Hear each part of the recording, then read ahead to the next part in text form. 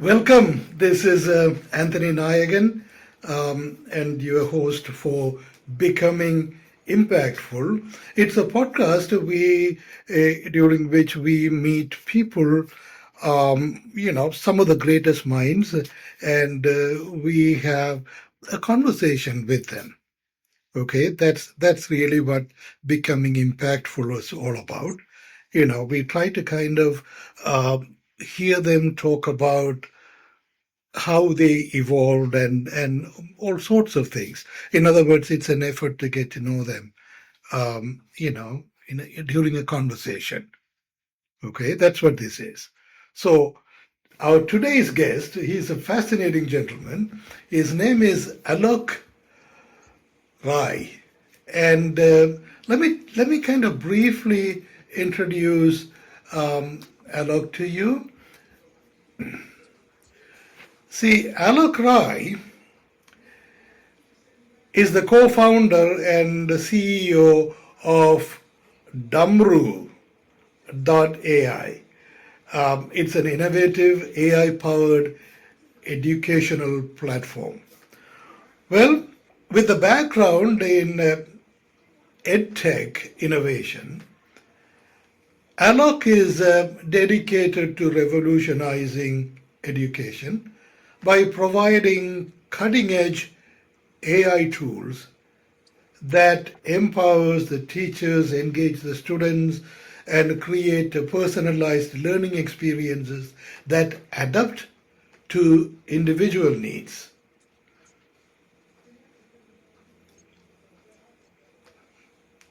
That's quite ambitious, as I would see it. Now, under his leadership, Dumroo.ai aims to break traditional barriers in education by leveraging AI to create a seamless, adaptive, and dynamic learning environment. Well, that's a big mission statement. And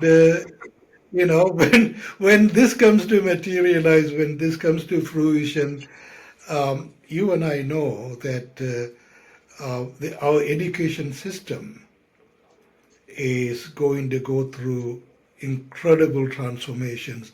It's going to be a paradigm in itself.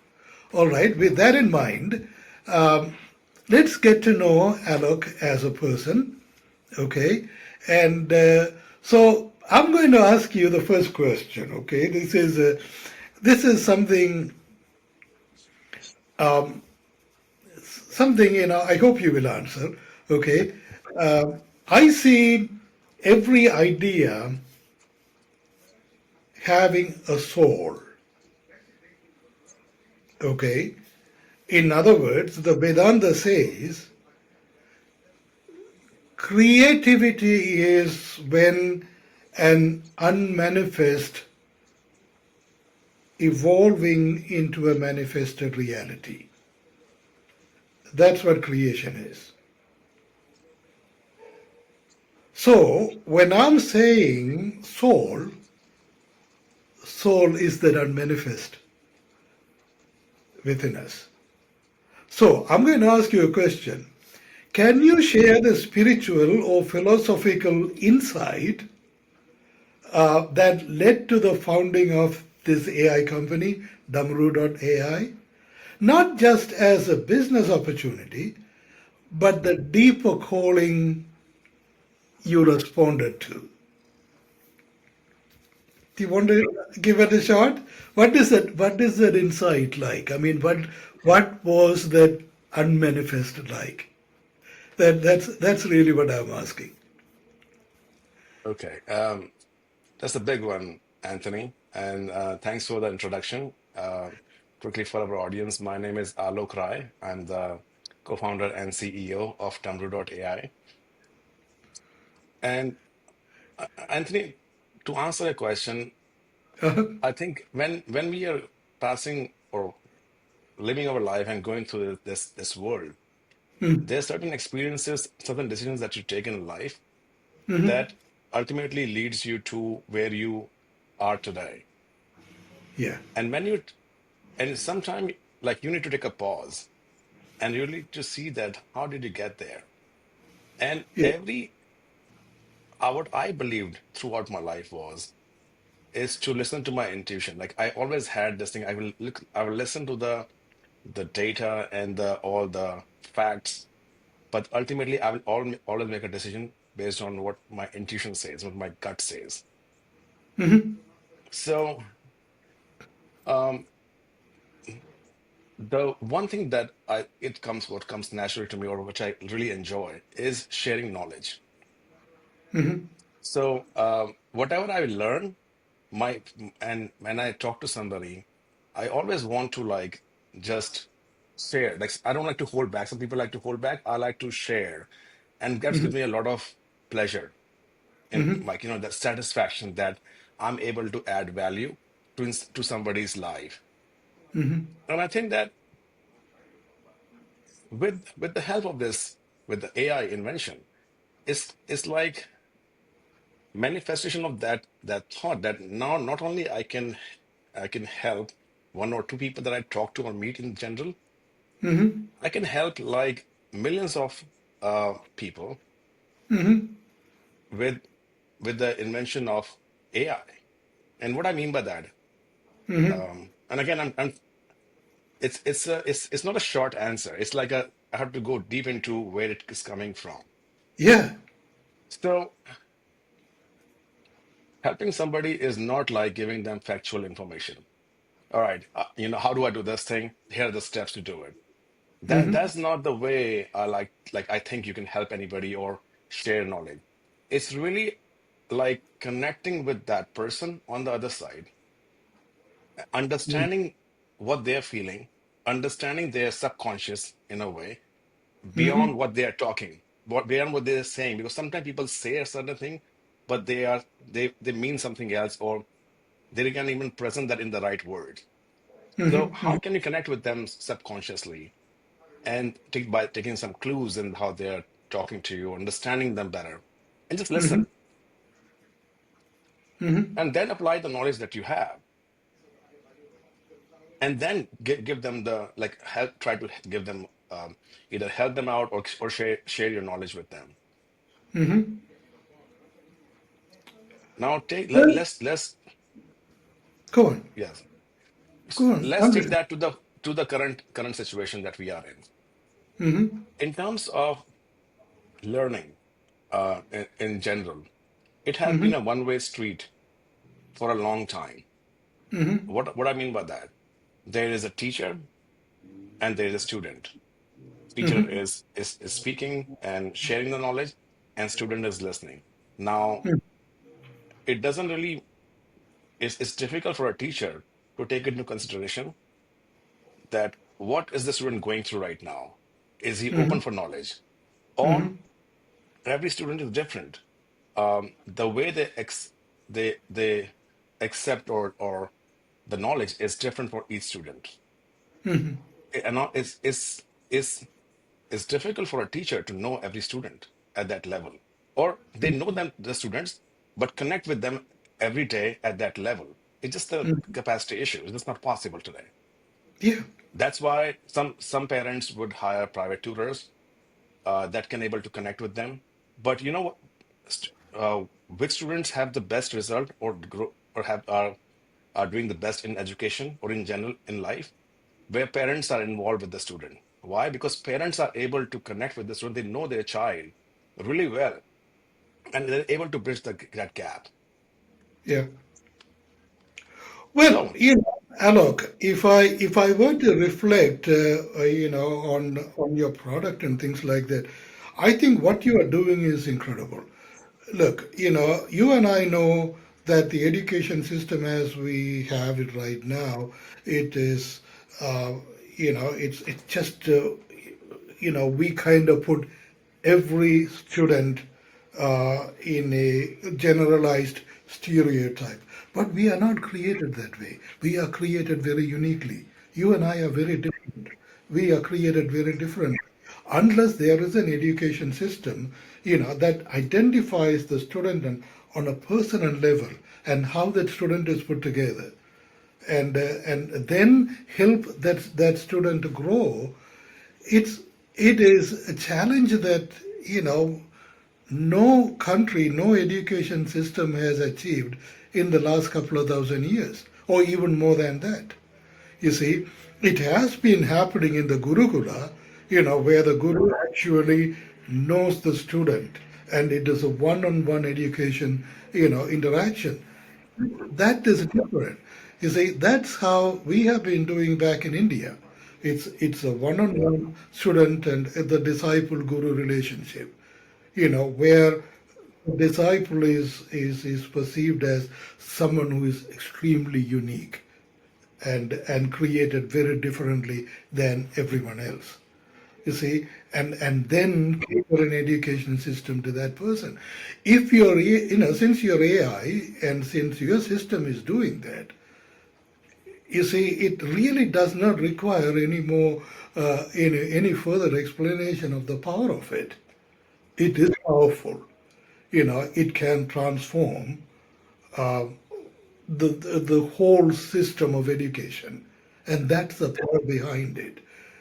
So, but what I want to ask you is, you see, this is an incredible idea, it's an incredible thought pattern. But, as I said earlier, look, there is a stage, in creativity. And the reason I'm asking you this is this, because a lot of, my audience, they are entrepreneurs, founders, and they want to learn, how we create an idea from an insight. You see, for instance, an insight comes from your soul. It is something that comes in the form of an unmanifest. You see, now once it becomes, you're going to observe the insight more and more and more, and with that observation, you're going to flatten it to a certain extent, and make it and create impact with it. And by way of doing this, you really reach the point of that becoming a kind of a source intelligence where everything is rather put together as a matter. And from there on, the innovation takes shape. You see? So from that unmanifest all the way to becoming, taking shape as an idea, what were you going to do? Is that's really what I was asking. And Okay. and I'm also asking, see, it is not easy. And while you are going through that, you are going to suffer a lot of adversities, Yeah. and which you have been through. I mean, even you cannot even, explain that to, your beloved, and without her telling you, what the heck are you talking about? I mean, that is a rejection to begin with.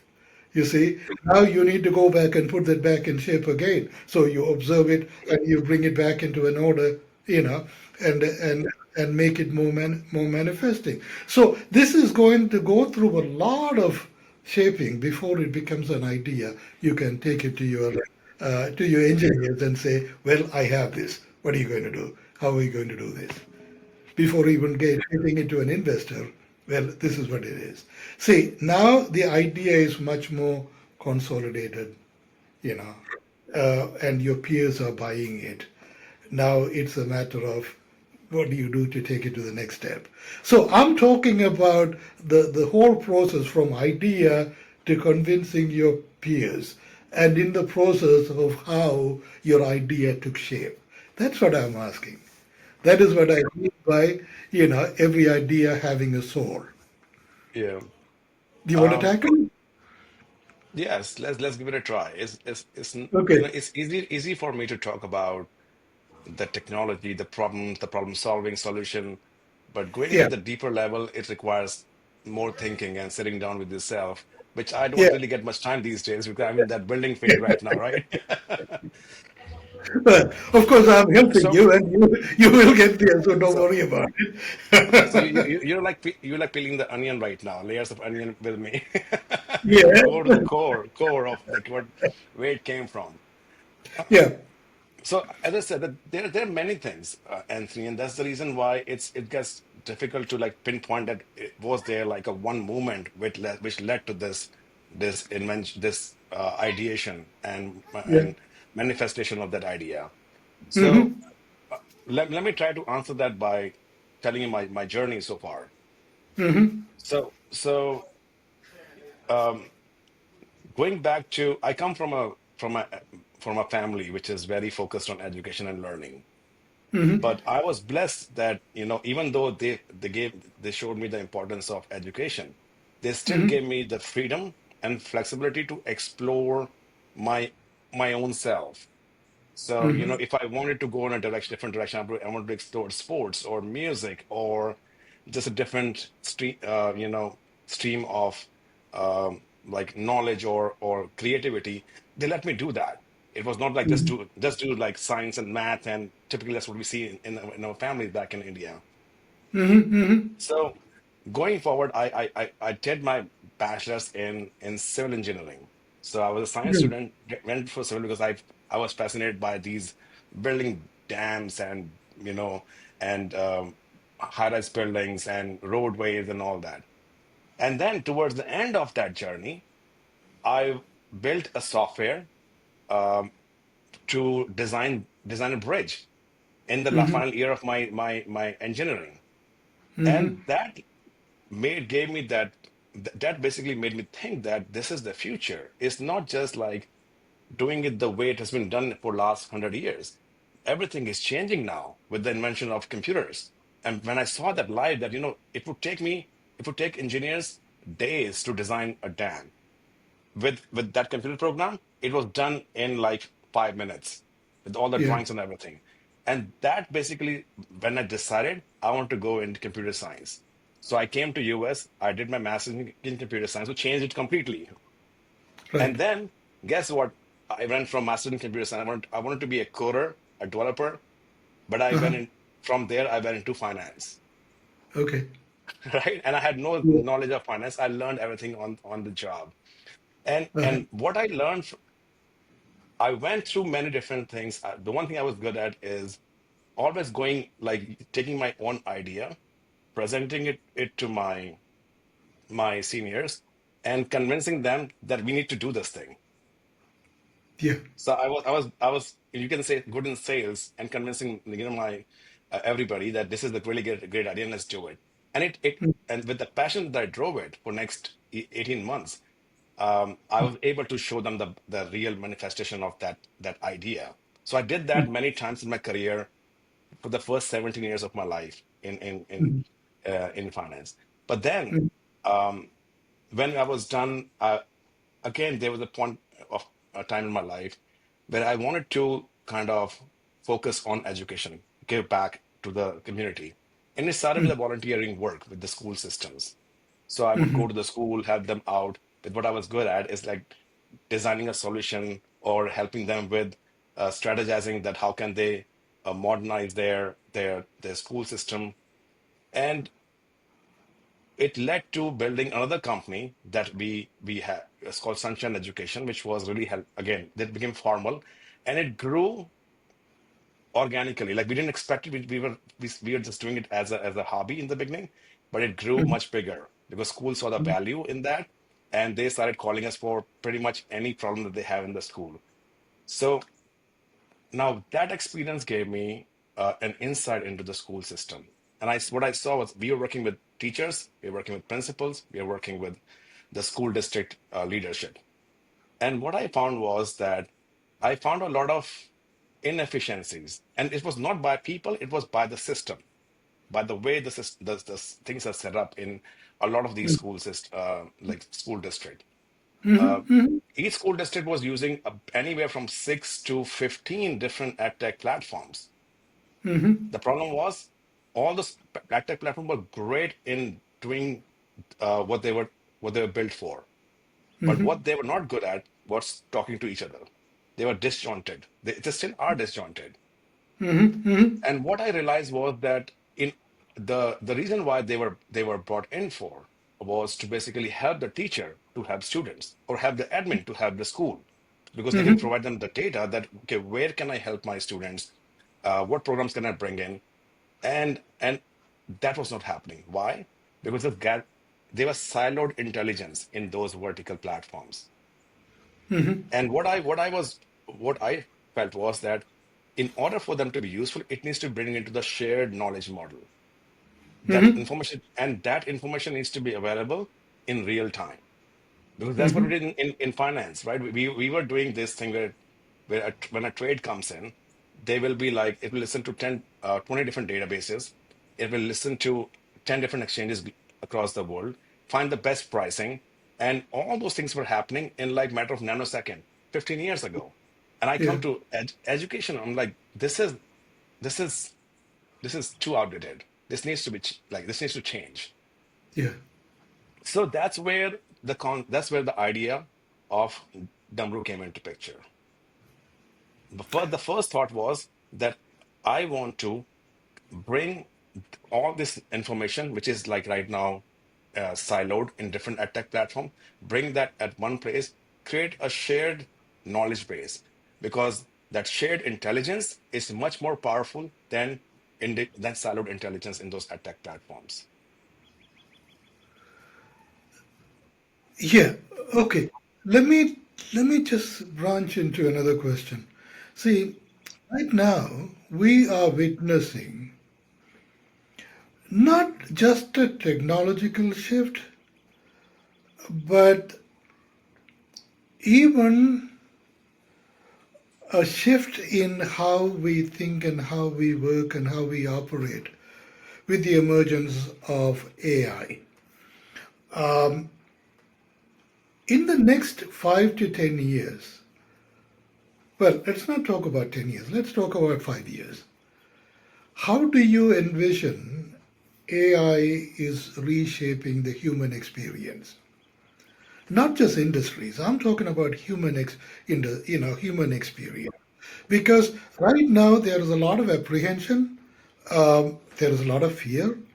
What is AI going to do to you know our jobs? I mean, that is one of the biggest fears. So America is kind of going through a sort of an isolationism instead of expansion, because we are many people are retrieving like that, and they are in support of retrieving. Okay, and they think retrieval is an answer. Well, that is also going on now. Say your company, and as a person,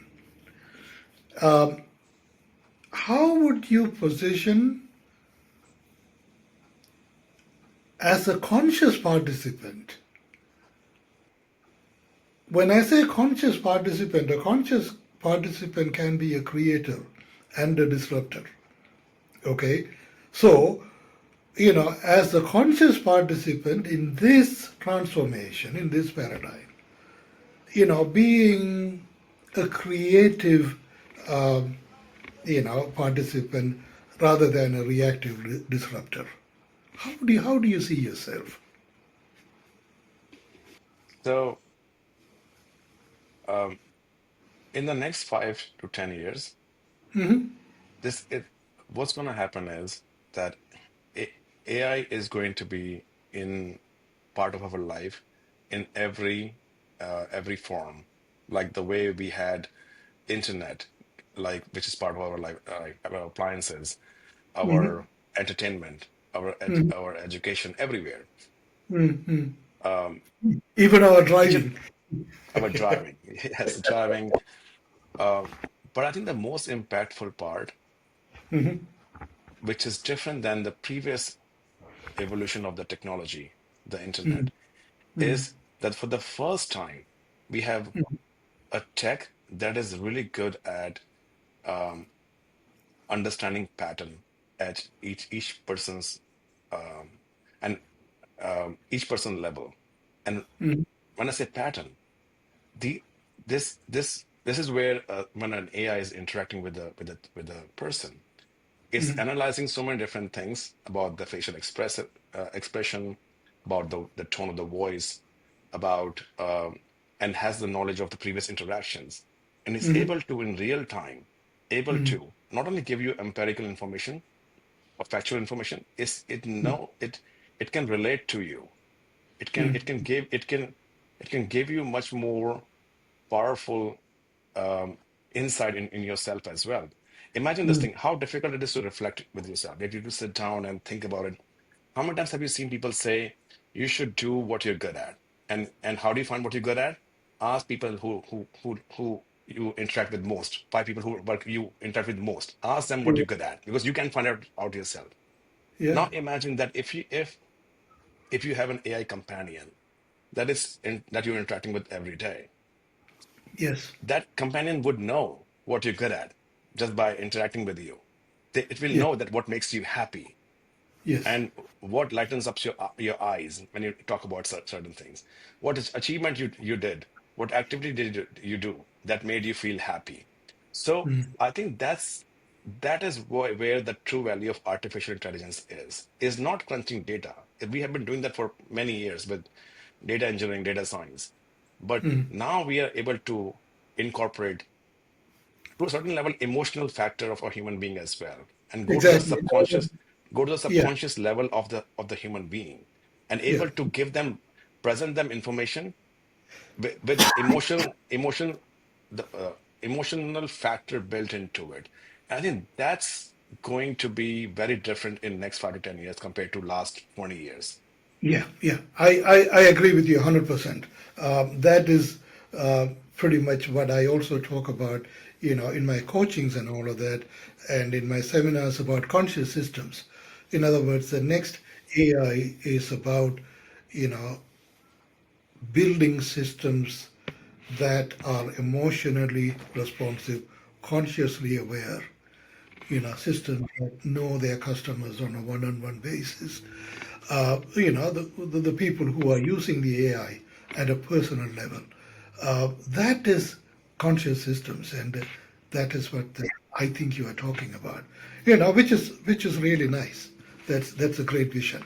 Thank you. And that's where I think earlier I was trying to talk about that is not just helping a student Yeah. at their educational or learning level, which is basically Mm, gauged by an assessment today in mm, the schools, mm, mm, but really knowing the student by interacting with that. We have an AI companion built into the platform that a mm, student can talk to, mm, interact with, and it's mm, learning about the student every time they interact. A- mm, and and mm, this is where the differentiation between like individualized learning plan versus personalized. Personalized means you're putting in, it's not just level based. Okay, if student is at grade level like 3 in math, mm, so we have to start it there. We are mm. adding that personal um, or personality of the student into the learning plan now. And that's what make want to make a big difference because now student will feel connected with that learning plan. It's like the feeling would be is for me, right? So they will feel much more supported and feel much more engaged with that. Do you want me to give an example, Anthony? What do I Yeah, mean by that? please, please do. Okay. So, for example, a student, in simple terms, a student could be a visual learner, okay? Or a student could be somebody who likes to write something or type in or talk Hmm. about it. Hmm. That's the first step towards it. So you're thinking about how they intake the knowledge. But Hmm. the true personalization is, let's say a student loves playing Minecraft video game. Hmm. Can can our system take that learning plan, the individualized learning plan, which was basically built at their level, Hmm. and then present that to the student in the Minecraft world? Hmm. Now Hmm.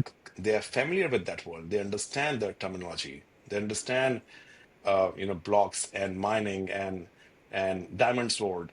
Can, our system can now turn that individualized plan into that personalized plan, which they will feel much more comfortable and happy to engage with now and learn automatically as an outcome of it. That's really great. In other words, you are building conscious systems, and I'm very grateful for it. You really are. Okay, let's go to the next one. All right, and here is an issue that we are constantly dealing with: the the morality and ethics of AI. How do you deal with that, and how do you ensure um, that all the developers and all your stakeholders are consciously aware of ethical and moral compliance. Moral adherence rather than compliance. I don't like the word compliance. Um, I would rather say it's adherence because I tell you, let me put it this way. See, innovation and creativity should not be regulated. People have to have absolute inner freedom to create and innovate. Now, if you are going to conform them into complying to ethics and moralities and all of that, that's in another way you are regulating them. You see, so how do you balance, of ensuring that there is ethical and moral, uh, awareness and abidance as opposed to forcing them to conform to a certain standard operating procedures. How do you do that? I think is um, it's just how we have uh, taken care of or any new technology that has been evolved. Um, Hmm. there has been uh, communities or organizations that have come together to evaluate how what's the right ethical way of using that technology. Now that's Hmm. something that is putting what you just said compliance model behind, which you don't like. Hmm. Now I take a different approach. Hmm. First of all, this is going to happen. There will be ethics committee that will be formed at different organizations, and which going to drive these standardization of the usage of the AI as well in different industries. Hmm. But I think I like approach of a parent towards their child better Awesome. with that ethical approach. Mm.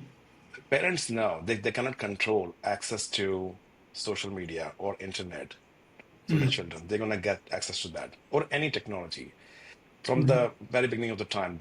Children like to engage into something that is exciting. It could be good or bad. But as a parent, you can only help them educate the right way, the moral way of using that technology. And I Mm. think that's the reason why I think we have to give our users, especially students and children, because they are so young and for the first time, I think this technology is going to get involved with them at such an early age that we have to provide them an environment which is ethical. And this will be a responsibility of the school system, companies like ours, and the parents. We have to involve parents as well into this communication now. Mm. It cannot be just schools and the organizations and the companies like ours. We have to involve parents in there because they'll be a big part of how this technology evolves in their home, in the Mm. school, and how the student get exposed to it. And I'm just taking example of the education because that's what we work with. Mm. So I believe that the way children grows best in a environment where they're given a structured realm in a way, but Mm. which has boundaries. But within that, they're given freedom to explore. Mm. And I think that's what I believe is what we need to create together as a community. Mm. Mm. Because we cannot stop the usage, like how people innovate in this new technology. There'll be good users, there'll be bad users of the tech. The only thing we can do is to um, educate and is to make the good usage more popular by talking about it, like we are talking about it right now. So, in other words, what you are saying is creativity and innovation must be, you know, a personal endeavor, and the responsibility for ethics and morality It's a personal responsibility.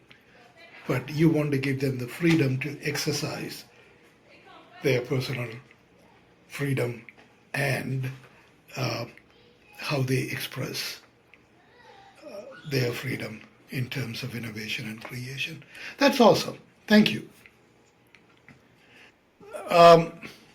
All right, but the next one is going to be rather interesting. Okay, I'm going to ask you a question. All right, and I don't want you to give away the shop. Okay, Uh, that's gonna be a tough, tough one. but, but see if you can answer it. If you don't want to answer, that's fine with me also. But I would like for you to kind of give it a shot. Okay. The question is this. Now, could you walk us through a recent breakthrough or an innovation your company has achieved? Not only the technical dimensions of it, but the potential impact it carries to your audience, to real people, to communities, to So global systems. what I can do is this, Anthony, for Uh-huh. answer this question. I Yeah, I I might not be able to tell you what's not made public, like what's is in the pipeline, what we are working on right now. And there's yeah. some amazing thing that is gonna be released very soon in next 3 to 6 months. I Hmm. can talk about what we have achieved, what breakthrough we have made so far Okay, in the technology in I this agree with that. space. Yeah. Um, Okay. and I think that the biggest challenge all the administrator had was I don't know the ROI of my programs. I don't have ex- I don't I have I'm overloaded with data. I don't know what to make out of it. This is the real outcry of all the admins that we have spoken to in our journey last 1 year. We have now a like we have our system is now have we built up our own middle layer LLM and our own memory database, our own knowledge base and user preference database. And the admins now, instead of going through the spreadsheet or going through the like 20 different filters to find what they want looking for, they can simply tell our system what they're looking for in natural language. Hmm. For example, um, show me all the students in this demographics who are who's trending downwards in math from grade 3 to grade 4. So that just by natural language, they are able the system will process that and give them what they're looking for in the format they like. It could be table, bar charts, pie charts, or even and then it gives them the insight as well, what the data is telling them about. That's like many folds forward than today's systems.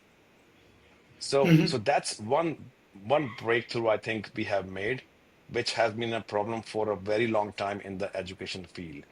Putting that data together and not only giving the data back to the admins, but giving them the story behind, like what the story that the data is telling them, and then also giving them actionable item that okay, using this data, this is what it's telling you, and if you want to help a school or a teacher or a student, these are the action you can take to help them.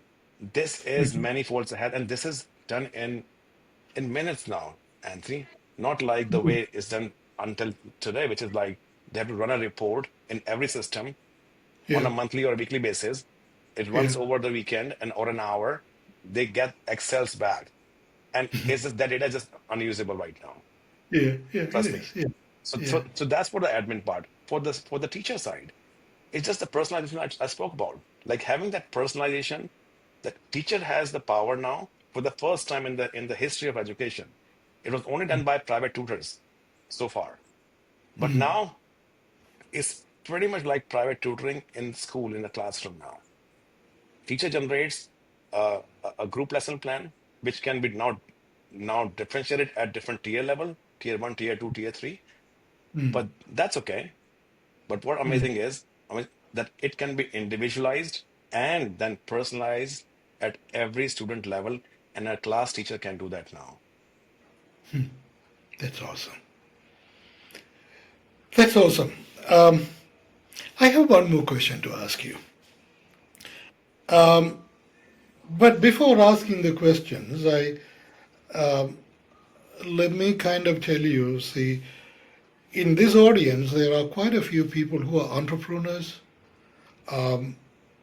who are thinking in terms of starting their own AI companies or even other ideas that, I mean, these people are entrepreneurs who want to break into the industry. Most of them are young.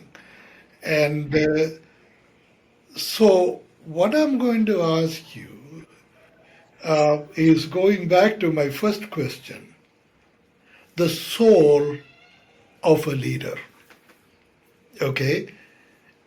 So, the question is this: in your view, what inequalities, not just skills, but what inequalities define a truly visionary leader in technology today?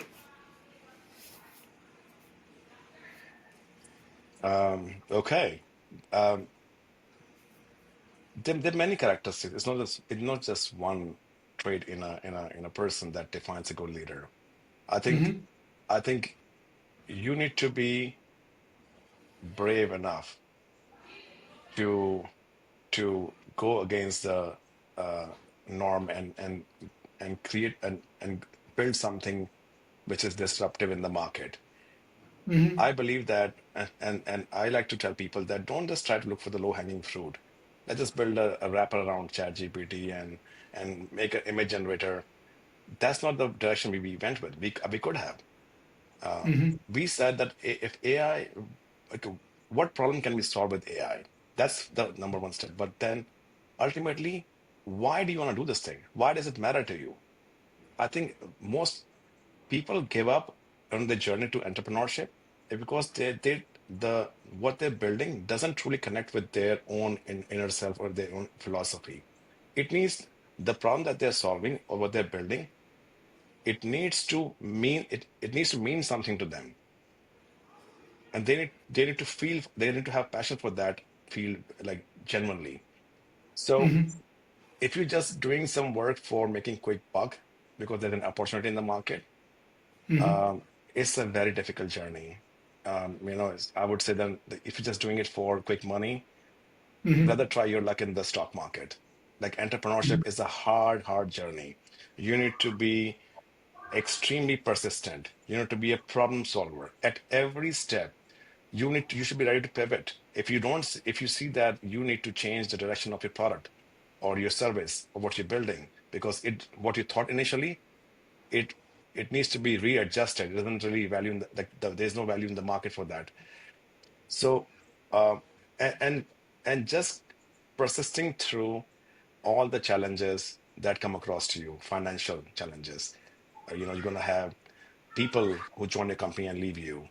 You're going to have people tell you that, oh, this is not going to work. They're bigger companies, they're Googles and Microsofts who are going to do this thing. So if you believe in your true vision, why you started this thing, and you have to go back to it again and again. That's why writing down that why, what is the initial idea, what is the problem you're trying to solve, and why you're doing it. You need to have it written down somewhere, and you have to go back to it every week, in if not every day, to really keep on pushing along through all that noise. I think that's very important. And if you don't connect to that your vision at the passion level, at the inner level, you will give up on the way. It won't be worth it for you to do it because you're gonna say, I have another opportunity that is easier. Why should I work so hard? Awesome. So in other words, what you are saying is be very faithful to the original insight you received. No matter how it still is taking shape to become a matter, become an order, just remain faithful to it and work hard. That is a fantastic, practical, pragmatic, as well as spiritual advice you are giving to our audience. And I want to add one more thing, Anthony, to that, and Yeah. which has made a difference this time in Dumroo. I've done other ventures, but in this Mhm. venture, it's not. Earlier, I used to have a weekly time on a Sunday Uh-huh. with myself, where I Mhm. had no technology. I will take a plain paper and a pencil and go Mhm. to a cafe and sit there for Mhm. 2 hours. There's no technology with me. And just Mhm. I will let my thoughts flow. I will just Mhm. have my coffee, observe things around myself, what's happening, who is drinking coffee. And suddenly all my thoughts, my whatever were threads in my head were going around, they disappear. Or I pull them out and put it in paper so they're not bothering me anymore. And once I have my mind is empty, that's where the innovation started to flow. Perfect. In other Right? words, you go to a cafe to meditate. Yes. And this is practical advice. Like, we all talk about meditation, Anthony, but Yeah. it's difficult. It was difficult for me to just sit and with closed eyes and just like, and try to empty your mind. For me, I had to have a pen and paper so I can just pull every thought that is bothering me right now. I'll put it on paper, and that will give me that uh, confidence or that faith that okay, it doesn't need to be in my mind. It's out on the on a sheet of paper, and I'll come back to it later on. So now that was my way of emptying my mind of all those thoughts and threads that were taking space in my brain, in my mind. And then I will just sit and relax, and then I'll just like let my mind flow. And that's where the innovation came from.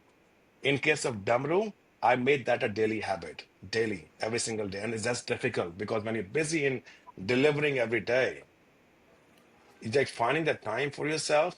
And you won't believe whatever the time was. That time was from 1 a.m. to 3 a.m. in the morning. Everybody was That, sleeping. I was just that, like, it was quiet. And I would just be there every single day yeah, planning my next step. Like, oh, am I on the right direction? Am I in the right direction? Do I want to change something? Do I want to course correct something? Do I want to contact somebody? yeah, Those are all the thoughts that will come initially from 1 to 2 p.m. a.m. yeah, Sorry, but then after that, I'll just sit. How do I feel about what is happening? Or just let my thoughts flow. Just let my yeah, thoughts flow. yeah. So if my wife would come in the middle of the night and say, "What's wrong with you? Why just sitting there in the middle of the night?" But that's what I think that made us move so quickly in this company this time. We have Yeah. made leaps of Well, progress in like about in 1 year time. in spiritual terms, the first part of what you did was meditation. The second part, from until 3 o'clock in the morning, is called observing. You observe the insight you received, and it is in that observation the form evolves. It takes the shape of an idea. It takes the shape of a form or a definition, you know, or something, an order. So that's what you did, you know. Uh, and See, in spirituality, it can be done with meditation and it can be done with contemplation. See, what I saw that as witness and observation. Witness is the meditative part. You witness an insight. You are not defining anything, you only witness. Then comes the observation, see where it takes shape. So that's what you have been doing all this time, which is wonderful. Which is Okay. wonderful. Well, Without even being aware of what you were doing, that's what you did. yeah. Which is incredible. Yeah. Yeah. I think I always considered myself more of a spiritual person. My family is very religious. Uh-huh. Um, and I respect everybody for their religion. If my mom says let's do this this puja or this ceremony, I will do it. Mhm.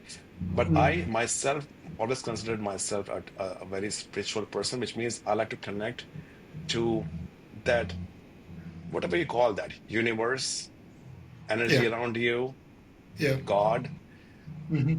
connecting with that source of energy and let it flow through you in this world. That's what I haven't. I haven't reached like to that place I want to, but I think that's what I like to practice. And You bet. that gives me a lot of clarity and a lot of Yeah. like certainty in my life Mhm. and keeps my faith very strong. That's perfect. That is perfect. See, if I were to kind of sum this up, um, I mean, here we have Alok Rai, and and you listen to him, how he cultivated a culture from insight to innovation, and developed a company and a product through which people can grow not only in technical excellence but also in wisdom, empathy, resilience, and creativity. See, this is how the mission is evolving into. You can see that from one end to the other. This is absolutely remarkable, and everybody should listen to this podcast over and over about how Alok Rai made something so visionary into a reality. That is the beauty of it. Having said that, Alok, do you have any questions you want to ask me? I think that um, connecting to yourself during this Hmm. journey of entrepreneurship is Hmm. not an easy task. It's very difficult because you're just in the grind of do, let's just get it done, let's deliver. Yeah, And sometimes entrepreneurs don't even know that they're drilling a hole for themselves. They're going in the wrong direction yeah, because they're just in such a hurry to do things and deliver things. yeah. How can somebody like as a practice bring in that spirituality into their day to day, into their company, into their organization, so that the people can move ahead, move forward with a clarity of thoughts, because clarity of thought is very important, like what direction you are moving to, why you're doing this thing. I might be off, but I think that's what I'm struggling with that. Okay, I do it, but how do I bring that in my Okay. organization? Um, Great question, really. Um, Look, we as human beings, we were coached from 2 years old to how to evolve as people in an ordered framework. See, this is a framework that is already ordered. People have done it already. So comply to that. Follow the order. Do that. Do this. Do this. So even our education is like that. The whole it's a way of how to map our ideas to an already existing empirical order. You see, how do we map, our visions, our ideas, and everything into something that is already existing? You see, even when people are listening to me right now, they are listening to me with the same kind of an approach. How do I bring in what Anthony is saying into an ordered framework that I already have and I am comfortable with? See, so this struggle to conform to a sort of an empirical order that has been forced onto us, uh, that's how people have been living all these years. So, are we truly living our ultimate potential? No. Are we truly exercising our creativity? No. Are we truly innovating? No. You see, we are not doing any of that. You see, I mean, that is the reason why. I mean, here is an analogy I always use. See, in my lifetime, in 1955, S&P 500 got started. How did it got that name? Those are 500 of the best companies in the US. Okay, today more than 90% of it, almost 90% of it, no longer exists. So here we are looking at what, a matter of 70 years. 90% of what we started and what was profitable in those days no longer exist. See, anything and everything that we put it in that empirical framework, in that physical framework, it comes with an exit strategy. Otherwise, we are being foolish. You see, that's the reality we are dealing with. But you see, the true conscious systems, in other words, when we create and innovate with the absolute inner freedom, without conforming to any rigid standards of empirical order, then we are creating a system, we are creating something, a new paradigm altogether. You see, a system that can also be consciously responsive as what you have already done. A system that can emotionally respond to people. You see, a system where you don't need to hire managers to manage exceptions. You see, a system that learns, from the data it consumes and adapts. You see, those sorts of things you can develop, but we don't do that. Why? Because we are so focused on putting our ideas into an order that is already preconceived. So we have been evolving as human beings, not to our best potential. You see, we are evolving as human beings so to fit into a standard that's already been established. See, that is where the humanity is failing. See, and look, I mean, we come from a culture, we come from a background. See, there are so many things that are in India today that has been going on for thousands of years. If you look at each and every one of them, each of them had a spiritual origin. Each of them had a mystical origin. Whether they, did it on their own or they went to a guru and asked for advice, you see, they all had spiritual origins. See, look at the temples we built. Look at the music we create even today. Look at our traditional medicines.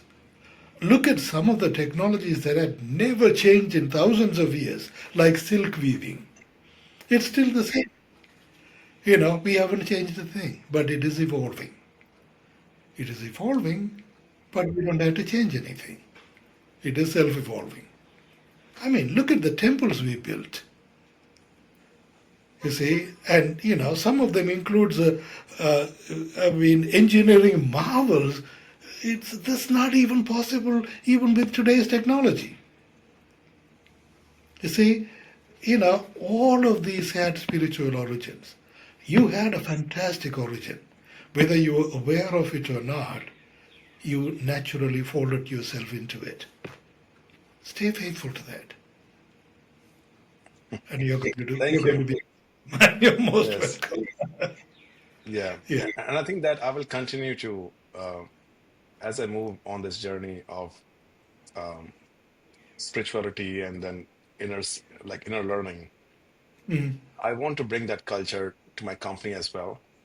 Yeah. And so not only like I would want all our employees also experience this Yeah.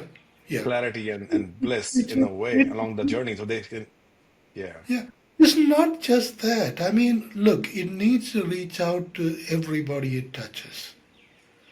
Even the product that the people who use the product, people who interact with your company, they need to have that experience.